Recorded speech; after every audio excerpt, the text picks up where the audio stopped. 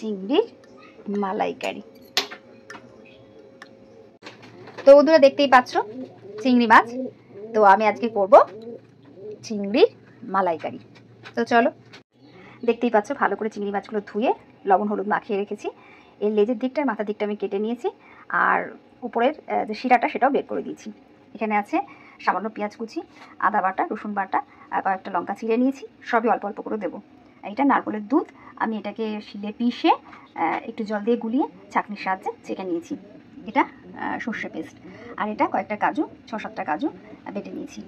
আর এখানে আছে সামান্য কালো জিরে, শুকনো লঙ্কা, তেজপাতা, সামান্য গোটা গরম মশলা, জিরে গুঁড়ো, লঙ্কা গুঁড়ো, আর লবণ হলুদ তো থাকবেই। তো কড়াতে যাওয়া যাক।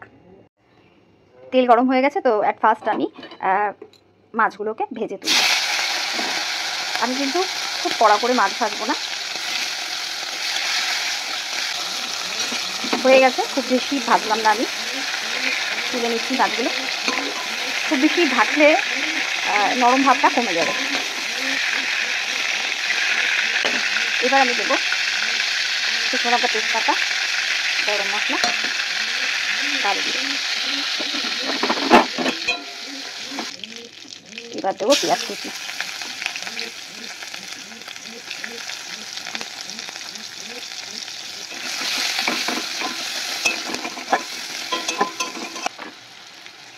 সামান্য রসুন, সামান্য আদা। এবার দেবো হলুদ, জিরে পাউডার, লঙ্কা পাউডার,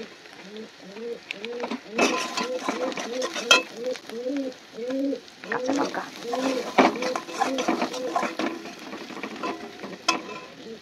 মশলাটা কষানো হয়ে গেছে, এবার আমি সর্ষে পেস্টটা দিয়ে দেবো।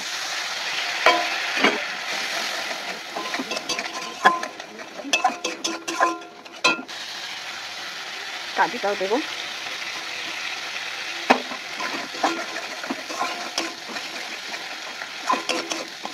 তো এবার আমি সামান্য জল দেবো।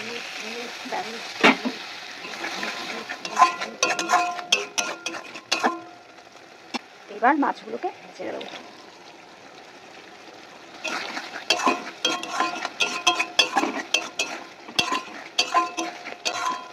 একটু তেল বেরিয়ে আসলেই আমি নারকেল দুধটা দিয়ে দেবো।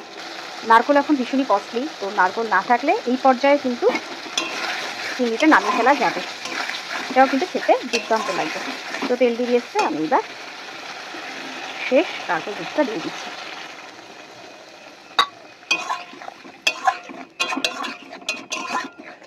খুব বেশি না, একটুখানি সময় লাগবে, এটা একটু ফুটবে, তারপর আমি নামিয়ে নেব।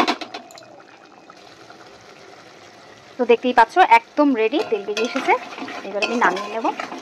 তো শেষে যেটা করি আমি, একদমই সামান্য কয়েক দানা চিনি। নারকেল কাজুর কম্বিনেশনটা আছে, তাই একটু মিষ্টি মিষ্টি ভাব এমনিতেই চলে এসেছে, তাই সামান্য দিলাম আমি। আর এটা গরম মশলা বাটা এটাও একটুই দিলাম।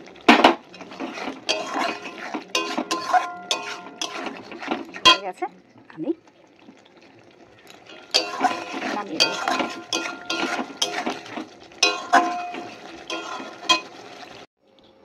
তো বন্ধুরা, খাওয়ার জন্য একদম রেডি চিংড়ির মালাইকারি।